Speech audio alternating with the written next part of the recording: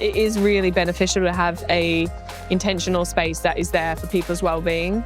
For me, like, I love finding my inspiration in nature, finding inspiration from being out and seeing how people function and come together. That, for me, like, that's what design is about. It's about people at the end of the day.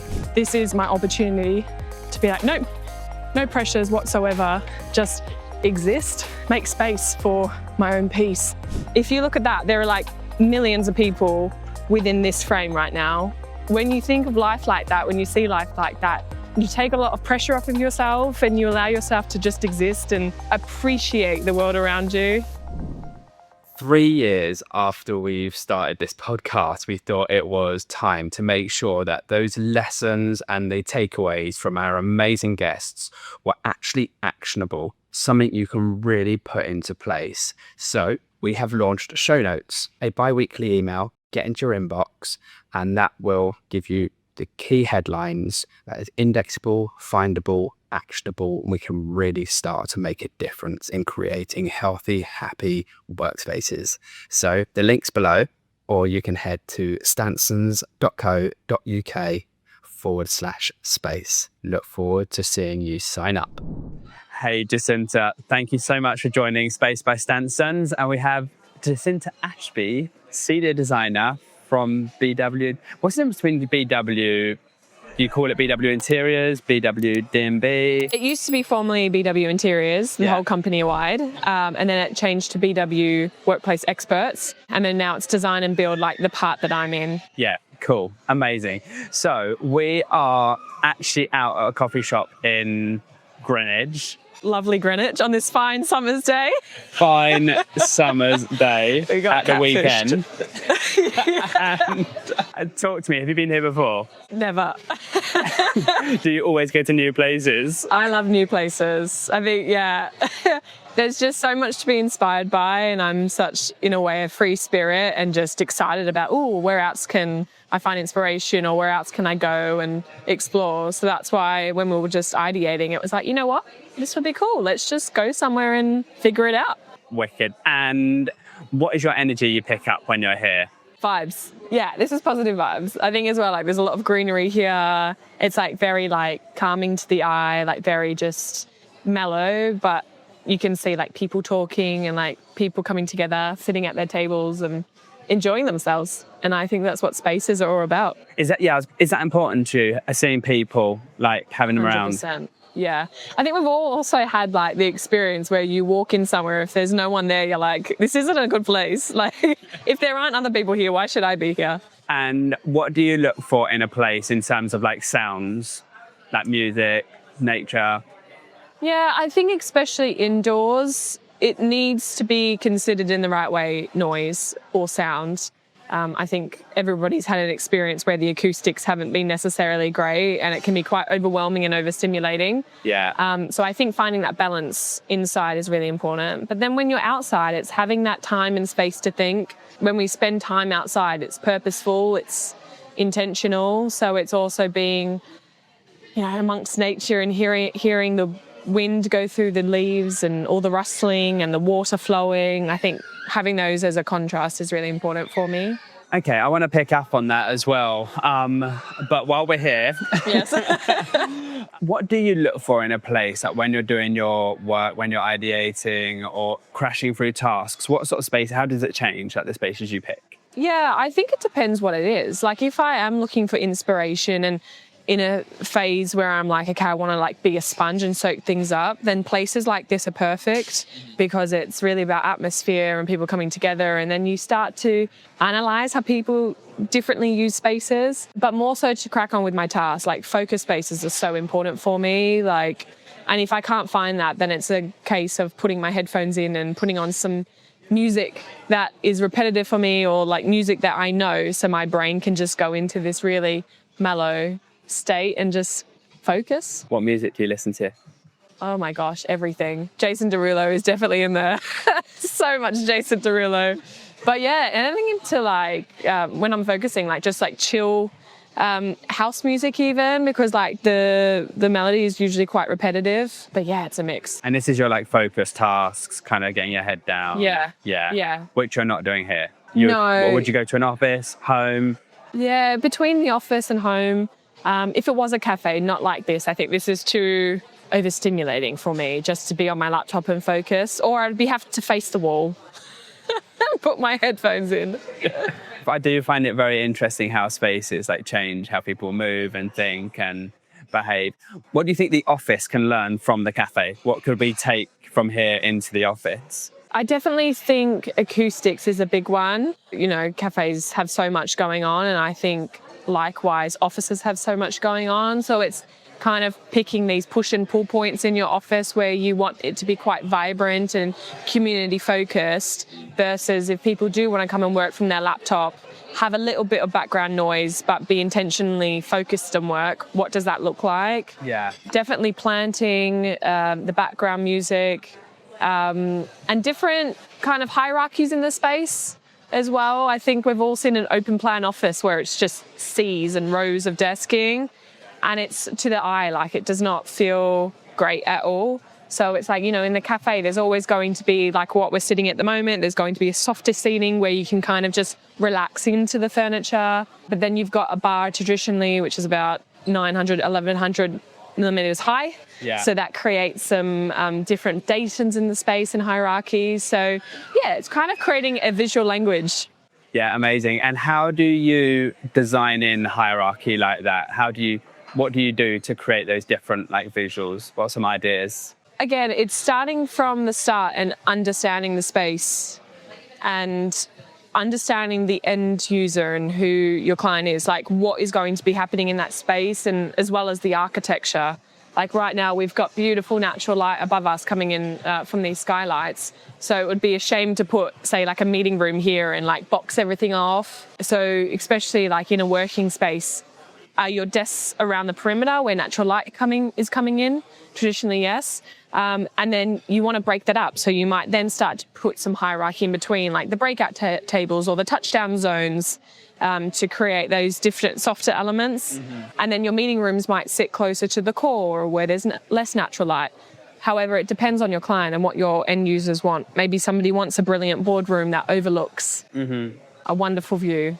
What's the thing you're being asked for most in an office at the moment? Those touch points, those like softer... Like not meeting rooms? Not meeting rooms, yeah. Obviously, a functional office needs meeting rooms, and that is usually a requirement. But collaborative areas is becoming more and more of people's focus, which is fantastic. I'm starting to see offices with meeting rooms, let's say, with sofas in them instead of like a table and chairs. I think you've got it at your space. Yeah. Absolutely wicked.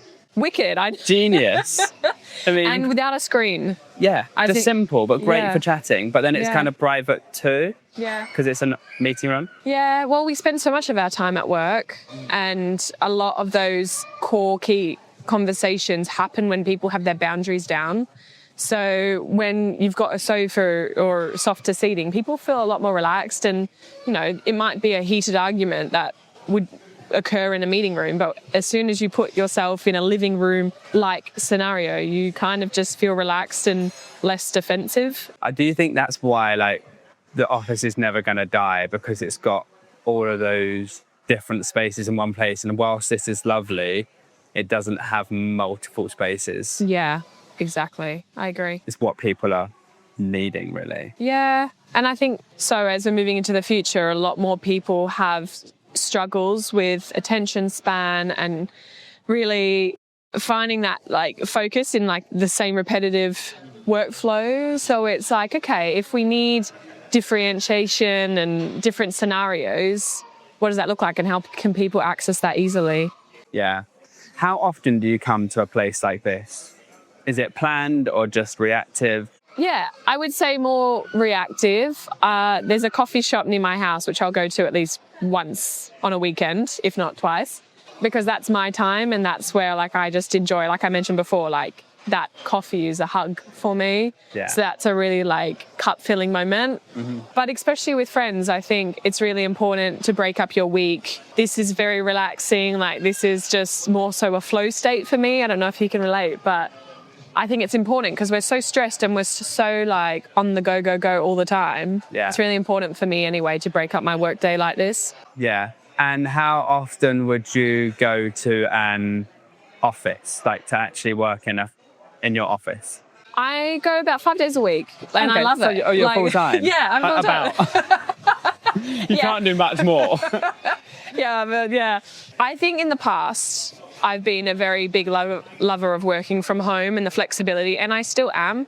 However, I love BW and I love the team, and where we've got our new office as well. It's performing exactly what we're speaking about. It's got variety, it's got collaboration zones, it's got focus zones. So I'm not feeling like, oh, I can't get my work done today because the office is too chaotic. I can actually go into work, say hi to everyone, but then remove myself and do what I need to do. Yeah.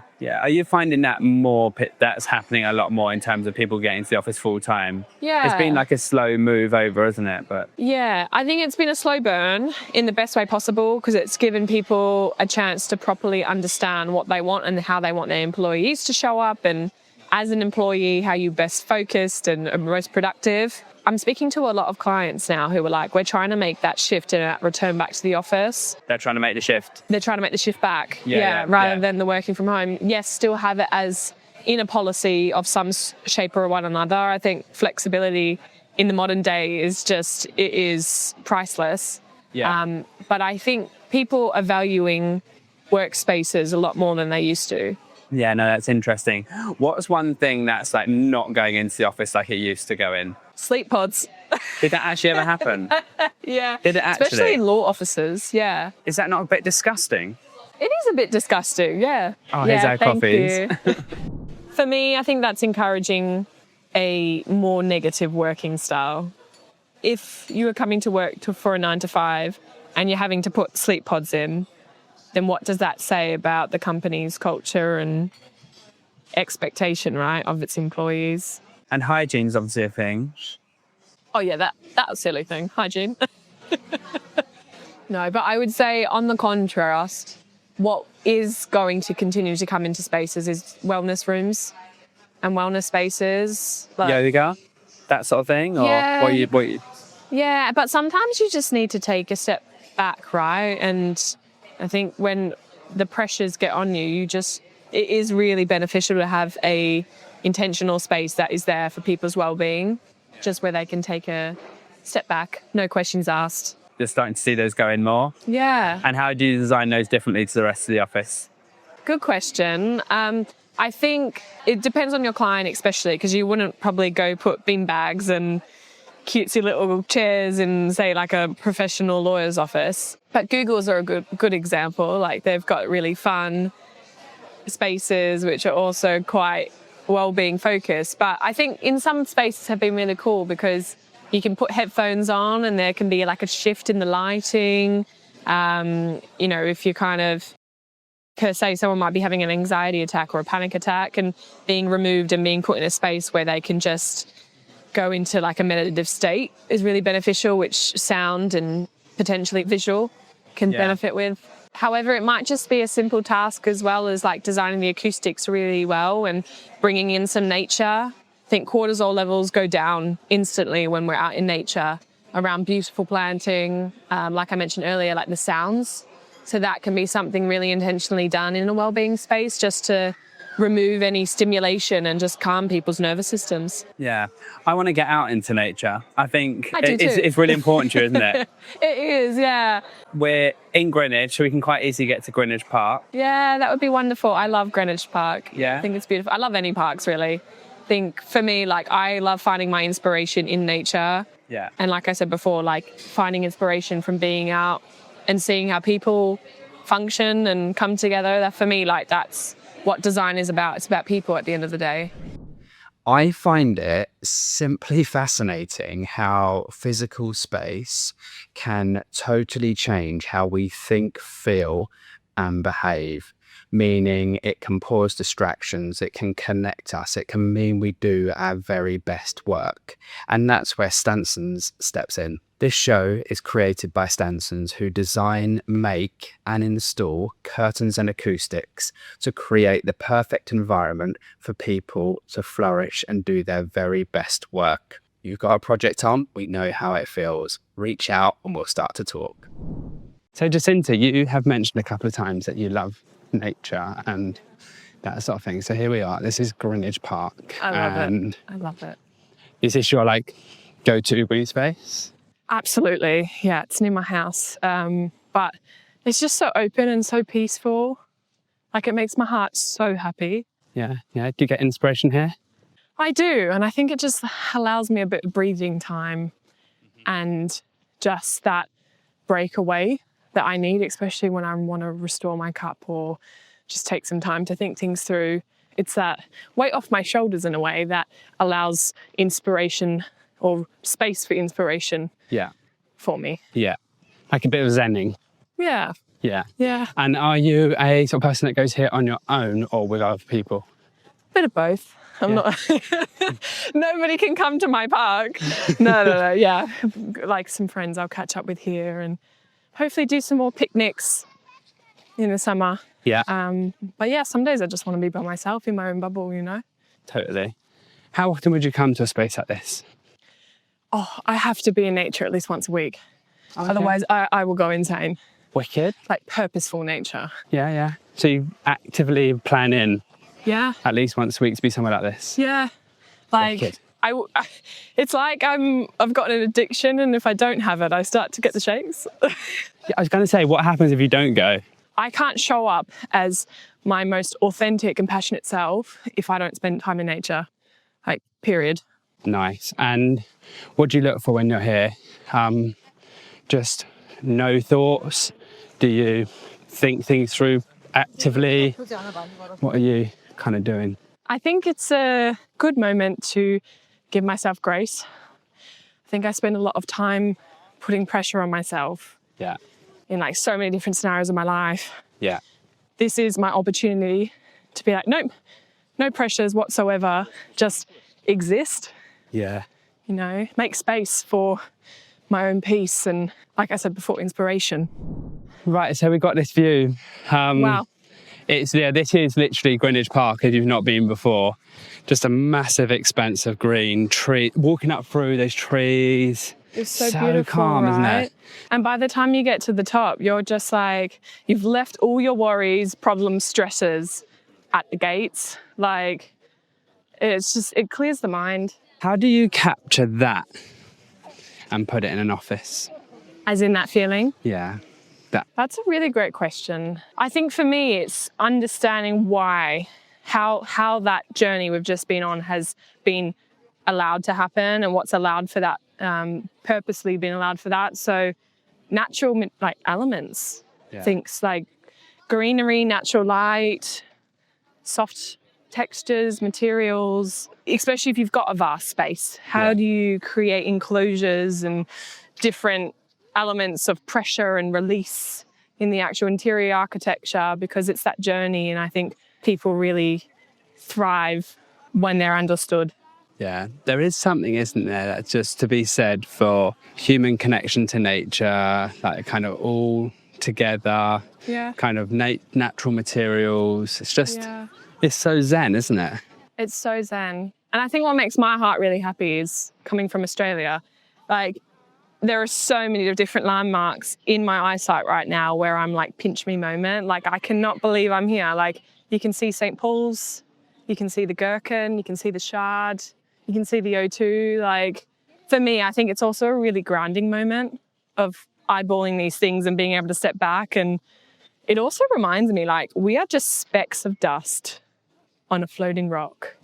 Like, if you look at that, there are like millions of people within this frame right now.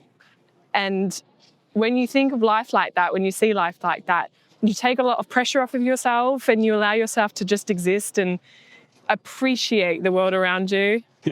Such a good thing to say. Like, so you see this, you've moved, when did you move over again? 2023. What was the thing that you least expected to like find that you did find?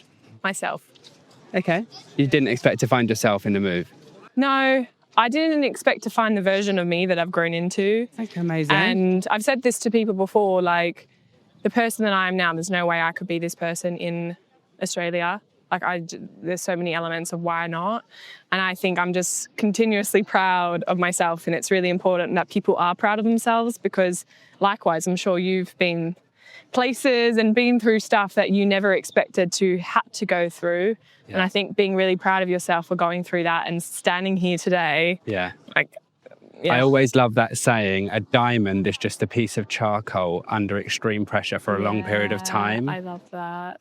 We're diamonds, Guy. We're diamonds. We're all diamonds. Yeah, we're diamonds. We're all diamonds. And it just moving, whether you see it or not as pressure, was pressure. Yes. And it forms something in you that it can't be formed any other way. Yeah. And I think it's special. So yeah, this is like almost like a celebratory moment. It is, isn't it? Of what's been achieved. Yeah, like I did that. You know me, I'm such a big believer of people's well-being and being your own main character and giving yourself appreciation for everything you've gone through. And I think this just sums it up. Like, yeah, it's just beautiful. And I think the more you see life like that being a beautiful thing and being a beautiful experience rather than a destination, like I think that comes with a lot of peace. And likewise, when I'm designing workplaces or I'm in general designing places for people to exist. Anywhere. Yeah. The most important thing for me as a designer is that people feel something in that space. Yeah. That people feel that they can be themselves, be authentic, have conversations, come together.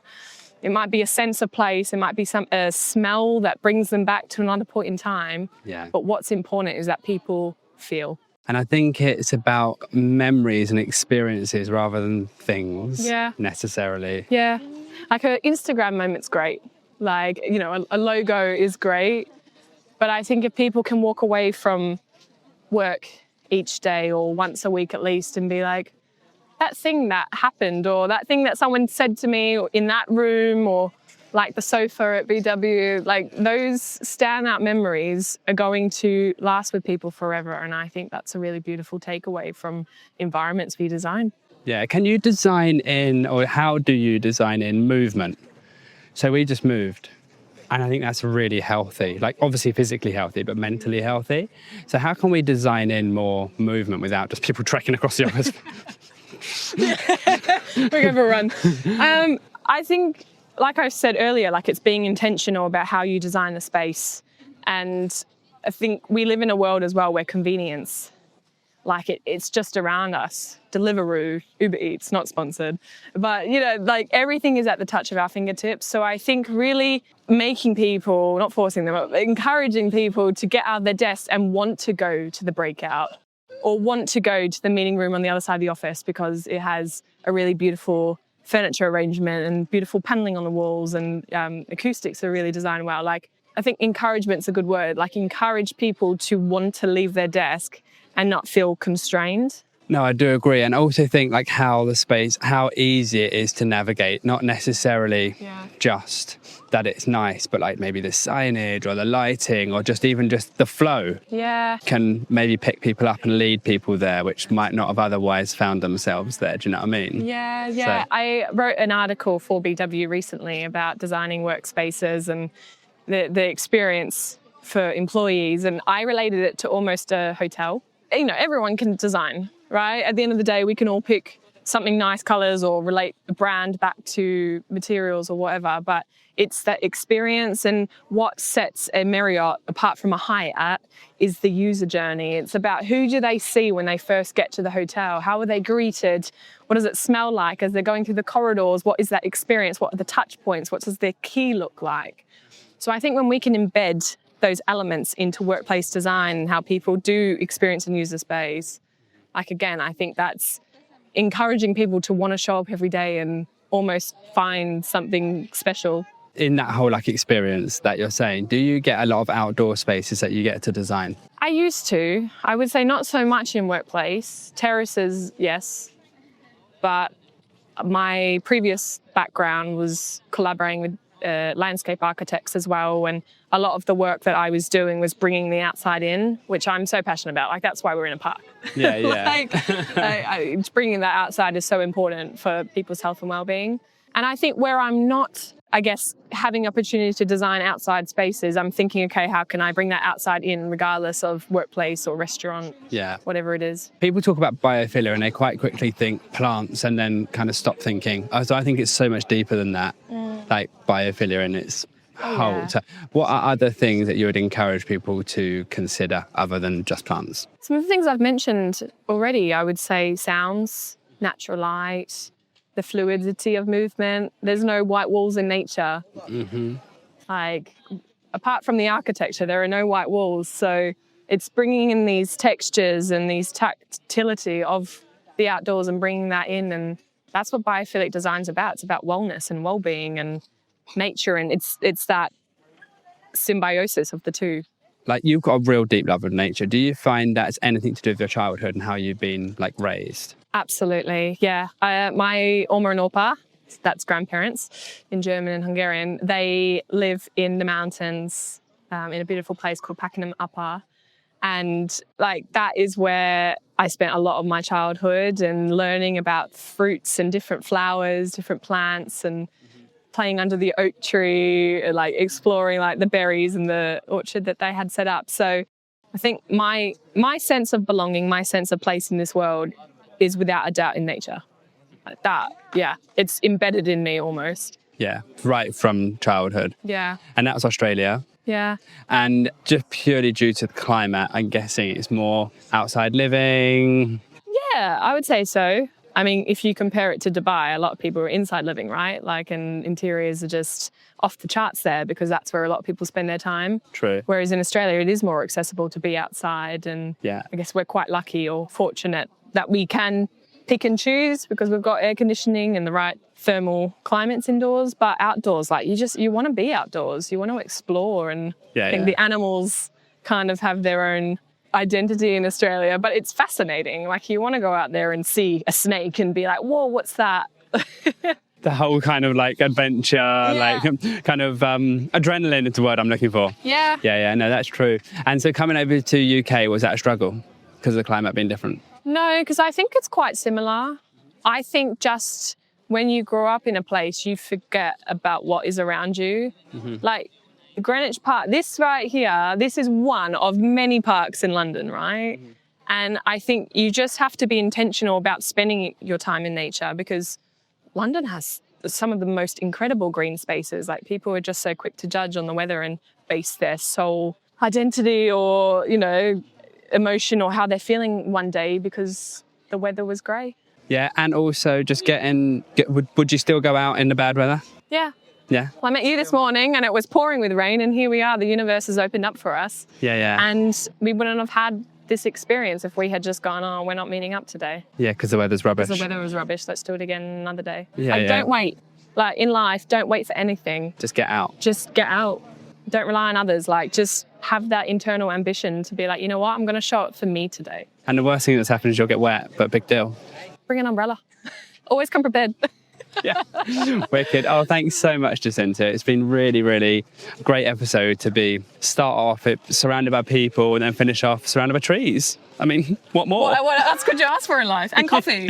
And coffee. I think it's been the trifecta. And it's been such a pleasure in sharing my space and outlook on life with you and all you guys watching and listening. And yeah, thank you so much for having me on. It's been wonderful. No, you're very welcome. And obviously, guys, tuning in, thanks very much. We're always so grateful to our guests, amazing insights, and also all of our supporters and subscribers. And you know who you are, always cheering on and sending in the DMs. So thank you. Do the whole follow thing if you're not, and the rating thing because the algorithm likes that. And with that, we will cut off. So thank you, Jacinta. Thank you so much, Guy. Thank you, guys.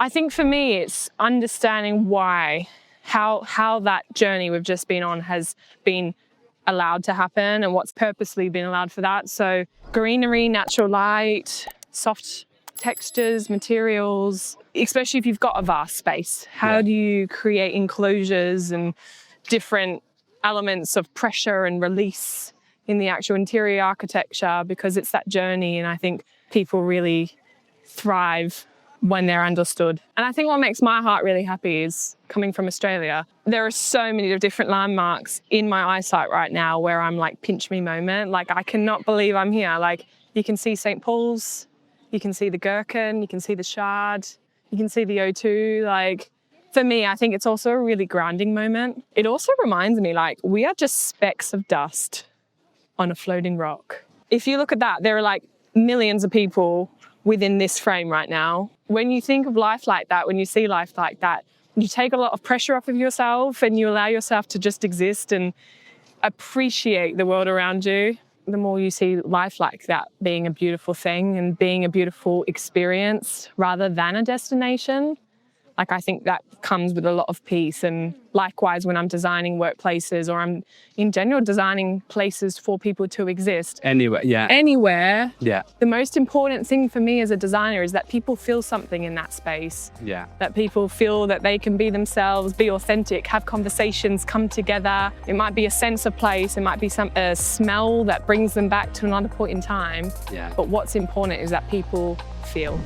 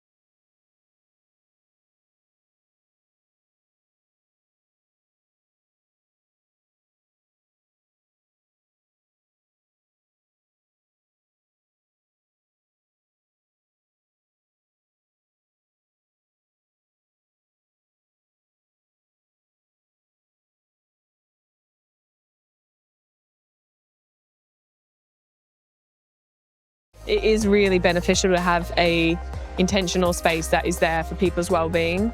For me, like, I love finding my inspiration in nature, finding inspiration from being out and seeing how people function and come together. That for me, like, that's what design is about. It's about people at the end of the day. This is my opportunity to be like, nope, no pressures whatsoever, just exist, make space for my own peace. If you look at that, there are like millions of people within this frame right now. When you think of life like that, when you see life like that, you take a lot of pressure off of yourself and you allow yourself to just exist and appreciate the world around you.